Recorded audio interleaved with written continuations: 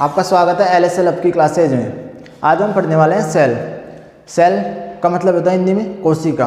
आज हम कोशिका के बारे में पढ़ने वाले हैं। अब कोशिका होती क्या है, कोशिका की खोज किसने की, कोशिका के अंदर क्या होता है, कोशिका से क्या क्या बनता है, आज हम इस सब के बारे में पढ़ने वाले हैं। तो सेल ना, सेल को अपन क्या कहते हैं, स्ट्रक्चर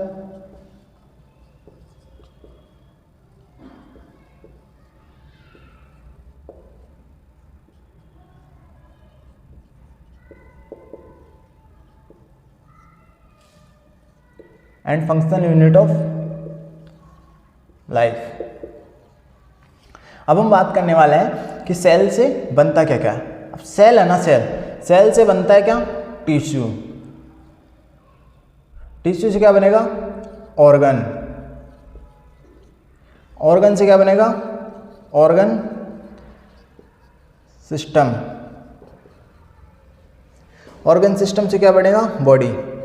जैसे आपकी है, मेरी है, किसी भी जीव की बॉडी ले सकते हो आप। कोई भी यूनिसेलुलर है ऑर्गेनिज्म है, मल्टी सेलुलर ऑर्गेनिज्म है, जितने भी ऑर्गेनिज्म है ना, सब किससे बने होते हैं, सेल से। पेड़ पौधे, जीव जंतु, एनिमल्स, प्लांट्स, सब कुछ सेल से बना हुआ होता है। इसका एक ही एक्सेप्शन है, वायरस। अब और बात करें अपन बाकी, तो सेल का मतलब हो गया कि सेल होती है जैसे अपने के मकान, अपने को एक मकान बनाना है, घर बनाना है। सपोज करो, मान के चलो कि ये घर है अपना, ये अपने को घर बनाना है। अब इस घर को बनाने के लिए अपने को सबसे पहले क्या देनी पड़ेगी, अपन पहले नींव भरेंगे उसकी, उसके बाद में अपन आगे का प्रोसेस चालू करेंगे। अपन दीवार बनाएंगे, DPC भरेंगे, RCC डाल रहे हैं, जो भी डाल रहे हैं अपन। लेकिन सबसे पहले अपने को क्या करना पड़ेगा, नींव भरेगी। नींव बनने के बाद में अपन सबसे, जैसे मान के चलो दीवार बनानी है अपने को, दीवार बनाने के लिए अपने को एक ईंट लगानी पड़ेगी। फिर ईंट से अपन पूरी एक दीवार खड़ी करेंगे। जैसे मान के चलो कि ये अपने ईंटें लगाते जा रहे हैं, एक पूरी दीवार खड़ी कर दी। दीवार से फिर अपन एक पूरा घर बना देंगे। उसी टाइप से सेल का सिस्टम है कि अपन मतलब एक सेल बना रहे हैं, फिर सेल के बाद में टिश्यू है, बहुत सारी सेल मिल रही है, एक के ऊपर एक, एक के ऊपर एक, एक के ऊपर एक। उसके बाद में उससे क्या बन रही है, टिश्यू। टिश्यू से मिलके क्या बन रहा है, ऑर्गन। और ऑर्गन से ऑर्गन सिस्टम। ऑर्गन सिस्टम के बाद में आता है क्या, बॉडी। जैसे मेरी बॉडी है, मैं पूरा सेल का बना हुआ हूँ। तो ये हो गया अपना। अब सेल की खोज से फर्स्टली किसने की थी,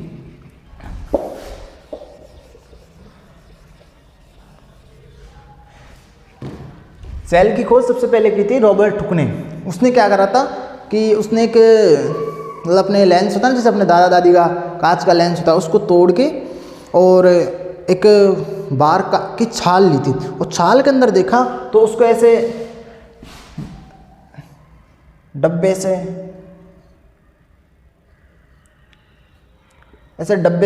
ऐसे दिखे। अब इसकी बात करें अपन, अब ये उसको मर्त कोशिका दिखी थी ना। अब प्लांट था ये। हाँ, उसको अपन बात करें तो ये एक मतलब ऐसे मान के चलो कि उसने डायरेक्टली कोशिका नहीं देखी थी, उसने देखी थी प्लांट के अंदर होती है सेल वॉल। उसने सेल वॉल की स्ट्रक्चर्स देखी थी।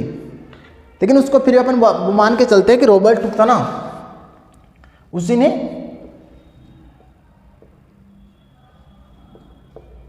सबसे पहले सेल की खोज की थी, मर्त कोशिका। जीवित कोशिका की खोज किसने की थी, फिर अपन बात करते हैं। जीवित कोशिका की खोज की थी ल्यूवेनहॉक ने।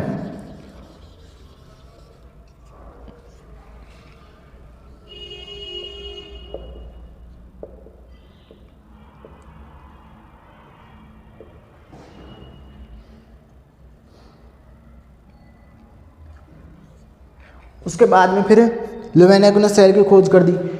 अब ल्यूवेनहॉक ने सेल की खोज कैसे करी थी, जीवित कोशिका कैसे देखी थी, उसने एक माइक्रोस्कोप बनाया था खुद का। उसके बाद में उसने ल्यूवेनहॉक की। उससे पहले कोई स्कोप नहीं था, कोई किसी को पता नहीं था कि सेल क्या होती है, सेल वॉल क्या होती है, प्लाज्मा मेम्ब्रेन क्या होती है, किसी को कुछ भी नहीं पता था। उसके बाद में फिर आए स्लाइडेन और स्वान। ये दो दोस्त थे, एक था जर्मनी का बॉटनिस्ट, एक था कहाँ का, ब्रिटिश जूलॉजिस्ट। अब दोनों, एक पादप पे खोज कर रहा, एक जीव जंतुओं पे खोज कर रहा। दोनों दोस्त थे, बढ़िया दोस्त थे। तो अपने जो स्लाइडेन थे ना, वो थे, एक मिनट,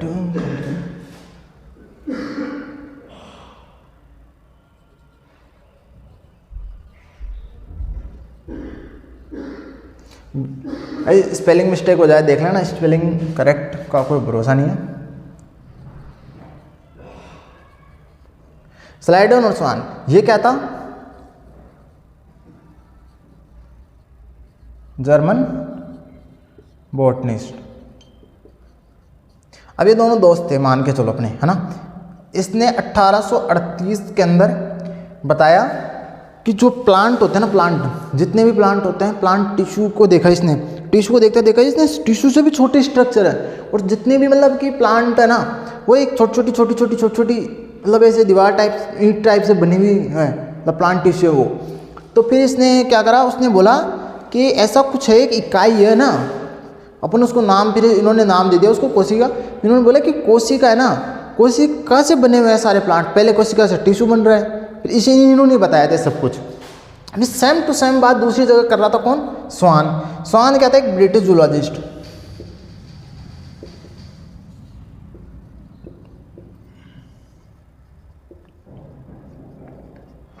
अब ये स्वान क्या था? British zoologist.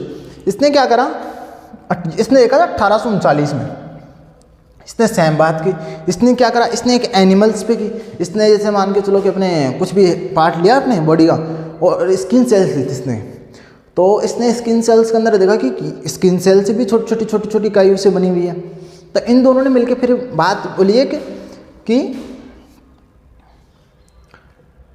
इसको अपन लिख देते हैं यहाँ पर,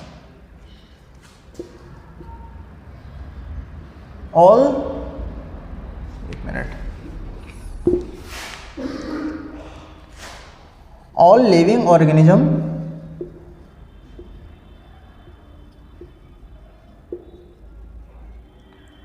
are made up by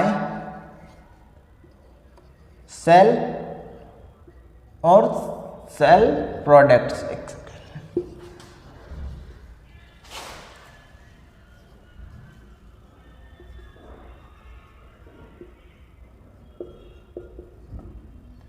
ये नहीं बोले। फिर इसके बाद में इनका एक और दोस्त था तीसरा, कौन था वो? रुडोल्फ विर्चोव।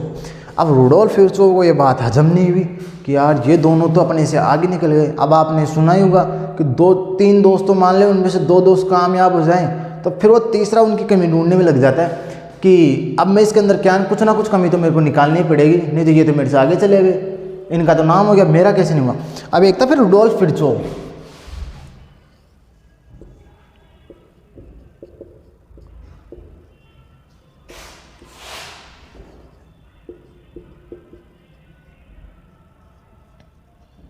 अब ये कहती है अपने सेल थ्योरी।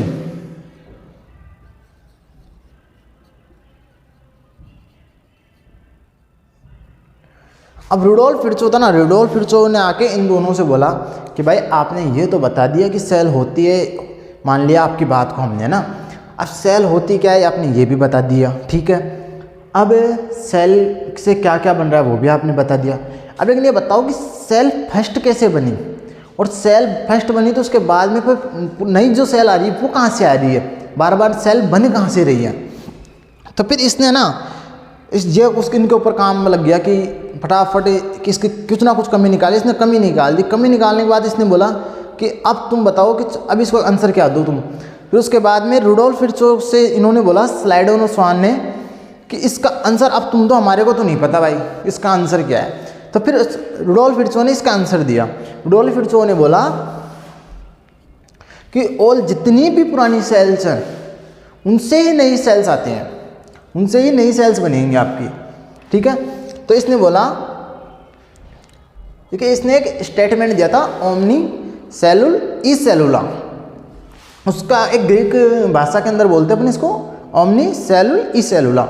उसका मतलब होता है अपने ऑल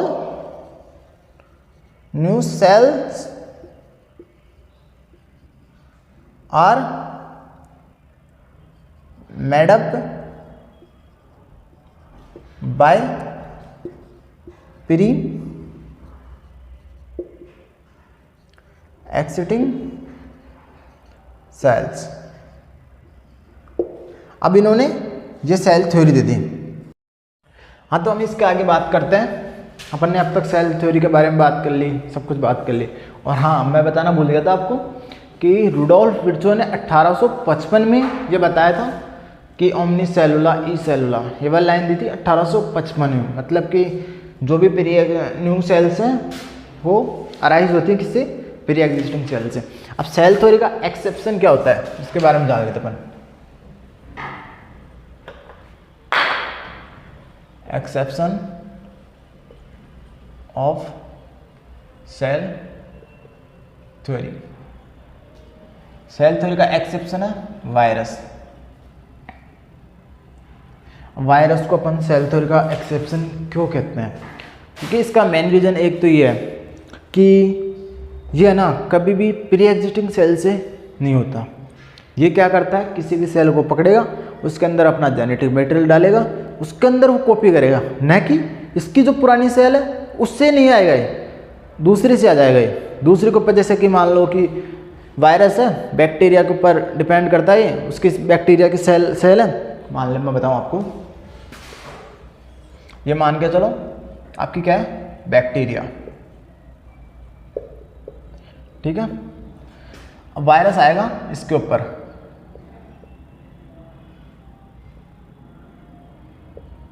ये वायरस है, ये इसका जेनेटिक मटेरियल हो गया।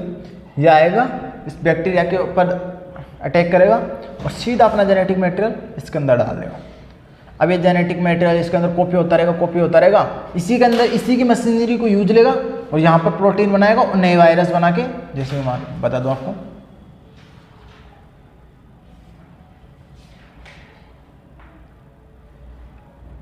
इसी के अंदर ऐसे बहुत सारे बना लेगा, ऐसे बहुत सारे वायरस बना ले और उसी की मशीनरी को यूज लेगा। मतलब कि इसने सेल थ्योरी को नहीं माना, इसने बोला कि मैं मेरी पुरानी सेल से नहीं बनाऊंगा, मैं अलग सेल के ऊपर अटैक करके नया बना दूंगा। तो इसका मतलब क्या हुआ कि ये सेल थ्योरी को नहीं मान रहा, ठीक है। अब अपन उसके बाद में बात करने वाले हैं कि मैंने इतनी देर में आपको इतना माथा पका दिया कि सेल ये, सेल वो, सेल ईंट है, सेल भाटा है, कभी क्या, cell functional structure unit of पता नहीं क्या क्या बोल दिया मैंने। लेकिन ये सेल होती क्या है, आफत क्या है ये सेल। मैं एक बार इसको मिटा देता हूँ।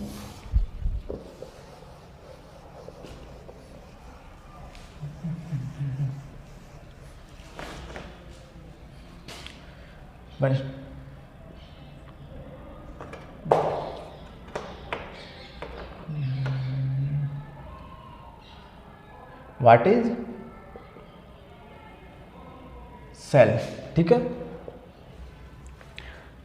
सेल क्या है, एक कंपार्टमेंट है, यह एक कंपार्टमेंट, ठीक है। ये क्या, सेल के अंदर क्या होती रहती है, केमिकल रिएक्शंस,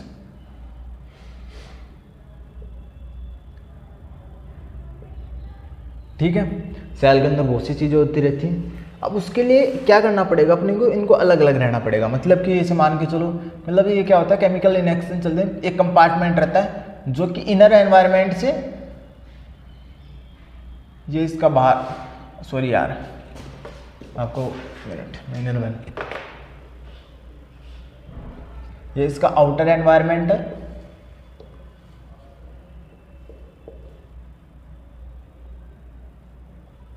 ये इसका इनर एनवायरनमेंट है, ठीक है। तो ये कंपार्टमेंट होता है जिसके अंदर केमिकल रिएक्शन चलती रहती है। ये एक सेल है ना, जो कि बाहर के एनवायरनमेंट से लगती है। बाहर क्या है इसके, वाटर है, जबकि अंदर क्या है, अंदर H2 मान लो वाटर हो गया, प्लस में प्रोटीन्स हो गए, प्लस में लिपिड हो गया, प्लस के अंदर ऑर्गेनल्स हो गए, सेल ऑर्गेनल्स हो गए जितने भी हैं, है ना। तो बहुत सी चीज़ें हो गई। अब फिर अपन नेक्स्ट बात करते हैं कि मतलब कि सेल बनाने के लिए अपने को चाहिए क्या क्या, व्हाट रिक्वायरमेंट्स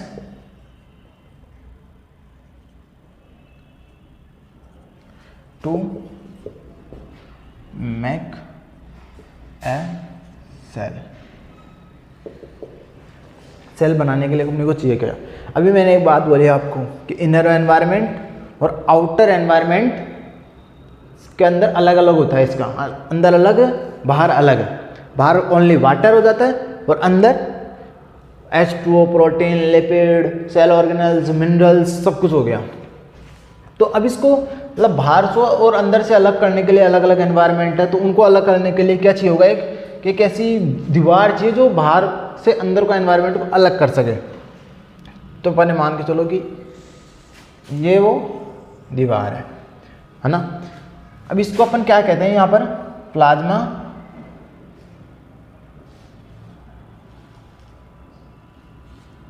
मेम्ब्रेन, ठीक है, प्लाज्मा मेम्ब्रेन कहते हैं अपन इसको। अब इसके बाद में अपने को एक रिक्वायरमेंट और हो जाएगी कि चलो अपन ने इसको पैक कर दिया, लेकिन सेल के अंदर भी कुछ ज़रूरत होती है, जैसे कि पानी आ रहा है ना, तो सेल को ग्लाइकोलाइसिस करने के लिए ग्लूकोज भी चाहिए, है ना, ग्लाइकोलाइसिस करने के लिए ऑक्सीजन भी चाहिए, CO2 को बाहर भी भेजना है इसको, है ना, मतलब अंदर एनर्जी की ज़रूरत तो है ही ना, और भी बहुत सी ज़रूरतें हो जाती है, किसी भी चीज़ को मिनरल्स भी चाहिए, है, सेल के जो भी साइकिल्स होते हैं, जैसे कि अपने मान लो ये ग्लाइकोलाइसिस हो गया, क्रेब्स साइकिल हो गया, है ना, फोटोसिंथेसिस हो गया। अब ये साइकिल्स है, इनको चलाने के लिए यहाँ पर सब कुछ चाहिए होगा, अंदर मिनरल्स भी चाहिए, पानी भी चाहिए, O2 भी चाहिए, CO2 को बाहर भी भेजना रहेगा, क्योंकि ग्लाइकोलाइसिस वगैरह से ये क्या होगा, CO2 बनेगी।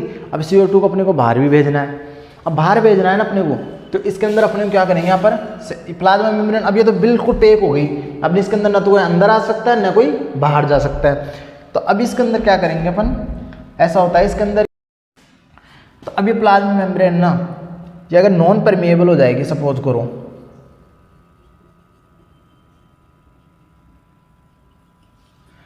तो कोई मतलब ही नहीं रहेगा, इसके अंदर ना तो कुछ अंदर आ सकता है ना कुछ बाहर सकता है। तो इसलिए क्या होता है कि प्लाज्मा मेम्ब्रेन ना नॉन ना होके सेमी परमेएबल होती है, मतलब चूज कर कर कहती है। जैसे लड़की होती है, वो पहले देखती है कि हाँ ये अच्छा है ये बुरा है, मेरे को तो यही चाहिए बॉयफ्रेंड, मैं तो इसी को बनाऊंगी और किसी को नहीं बनाऊँ, मैं तो इसी के साथ रिलेशनशिप में जाऊँगी, मेरे को ये नहीं चाहिए, ये तो इसकी शक्ल ही अच्छी नहीं है, इसके अंदर अक्ल नहीं है, इसके अंदर ये कमी है, इसके अंदर वो कमी है, तो अच्छों को चूज़ कर करके अंदर ले लेगी। बाकी जैसे मान लो उसको पैसे की ज़रूरत है तो पैसे वाला बॉयफ्रेंड बनाएगी, और मान लो कोई लड़की है उसके पास पहले से पैसे हैं, उसको ज़रूरत ही नहीं है पैसे वाले की, तो वो बोलेगी यार चल मैं पैसे वाला क्यों बनाऊंगी, मैं तो ऐसा करती हूँ कोई अच्छा सा शक्ल का बढ़िया मेरे को दिखता हो, बढ़िया शरीर में हो, पावर हो नीचे उसमें, मतलब वो बॉयफ्रेंड बनाऊंगी। तो वो जिम जाता हुआ कोई हट्टा कट्टा बॉडी बिल्डर होगा, है, तो उसको गर्लफ्रेंड बॉयफ्रेंड बनाएगी। तो वैसा सिस्टम इसके साथ है, ये क्या करेगी चूज़ कर करके,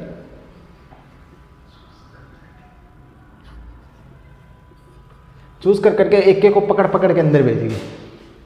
तो इसके अंदर क्या होता है, अब चूज़ करने के अंदर क्या होता है, ये कुछ को तो डायरेक्ट ही जाने देती है, हाँ भाई तुम सीधे अंदर जा सकते हो। जैसे कि अपन बात करें गैसेस होती है जितनी भी,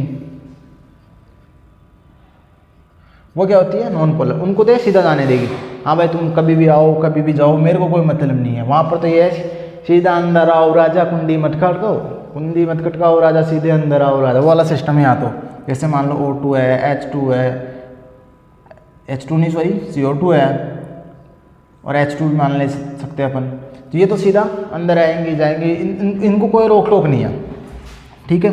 बाकी जैसे मान लो पानी है, वाटर है, ये डायरेक्ट अंदर नहीं आ जा सकता, क्योंकि इससे क्या होगा कि सेल के अंदर की वाटर कंसंट्रेशन और बाहर की वाटर कंसंट्रेशन में फ़र्क होता है। अगर ये सीधा अंदर आने जाने लग गया तो सब कुछ गड़बड़ हो जाएगा, पूरा मामला सेल फूल के फट जाएगी, ठीक है। तो यहाँ पर क्या होता है उसको रोकने लिमिट के अंदर लेने के लिए यहाँ पर चैनल्स लगे होते हैं कि जो कि उसको एक लिमिट में ही आने जाने देंगे।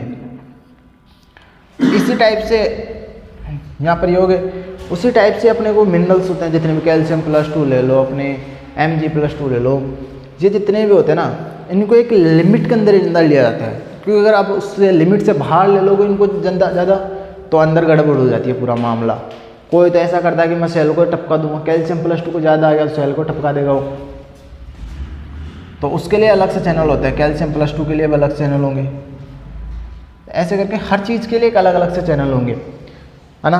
अब एक तीसरी रिक्वायरमेंट, फिर ये तो अंदर आने जाने के सामान पहुंचाने का जुगाड़ हो गया, फिर एक तीसरी रिक्वायरमेंट क्या आ जाती है कि अब ये सेल कहती है कि मैं मेरी औलाद को कैसे क्या दूँ, मैं सीधी सी बात है ना कि मैं बूढ़ी होगी, मेरे को मरना तो है एक दिन, ठीक है। तो मेरे को दूसरी सेल भी तो बना के जाऊँगी मैं, तो उसको आगे भी तो मेरे को कुछ ना कुछ इन्फॉर्मेशन ट्रांसफ़र करनी पड़ेगी कि कितना तेरे को क्या लेना है, क्या नहीं लेना, कितना तेरे को H2O चाहिए, कितना तेरे को ऑक्सीजन चाहिए। तो सब कुछ का एक डाटा जितना भी है इसका, जैसे अपन मान के चलते हैं सबकी अलग अलग फेस होती है, तो उसका डाटा कि इसका मुँह ऐसा बनाना है, इसका ऐसा नहीं बनाना, तो सबका एक अलग अलग डाटा है। तो उसके लिए अपने क्या चाहिए, एक जेनेटिक मटेरियल, एक ऐसा मटेरियल हो जो फिक्स हो ना, उसके अंदर कोई चेंजेस नहीं हो जल्दी से। तो यहाँ पर एक न्यूक्लियस के अंदर जेनेटिक मटेरियल होता है। हालांकि प्रोकैरियोटिक सेल्स के अंदर खुला होता है, उसके अंदर न्यूक्लियस नहीं होता।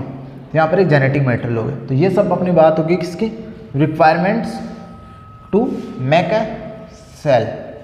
सेल अपन को बनाने के लिए चाहिए क्या क्या। अब इसके अलावा बहुत सी चीज़ें हैं कि सेल ऑर्गेनल्स भी चाहिए यूकेरियोट्स में, लेकिन बेसिक रिक्वायरमेंट्स ये होगी जो कि एक प्रोकैरियोटिक सेल होती है, जो यूनिसेलुलर ऑर्गेनिजम्स होते हैं, जैसे बैक्टीरिया ले लो, अपने अमीबा ले लो, इनको एक ज़रूरी है। उनके लिए बेसिक मिनिमम रिक्वायरमेंट है कि ये तो चाहिए ही चाहिए मेरे को, मतलब मैंने मान के चलो कि चैनल्स भी चाहिए ही चाहिए, क्योंकि अंदर कुछ ना भेजना तो पड़ेगा आपको, एक लिमिट में चाहिए, तो उसके लिए तो बेसिक रिक्वायरमेंट हो गई। बाकी अपन आगे की चीज़ें नेक्स्ट क्लास में डिस्कस करेंगे, जैसे कि प्रोकैरियोटिक सेल्स क्या होती है, यूकेरियोटिक सेल्स क्या होती है, यूनिसेलुलर ऑर्गेनिज्म कैसे क्या होता है, मल्टीसेलुलर ऑर्गेनिजम्स कैसे क्या होता है, तो सबके बारे में अपन नेक्स्ट क्लास में डिस्कस करेंगे। तो आप तब तक वेट करिए और हमारे चैनल को सब्सक्राइब करना ना भूलें ऐसे क्लासेस देखने के लिए।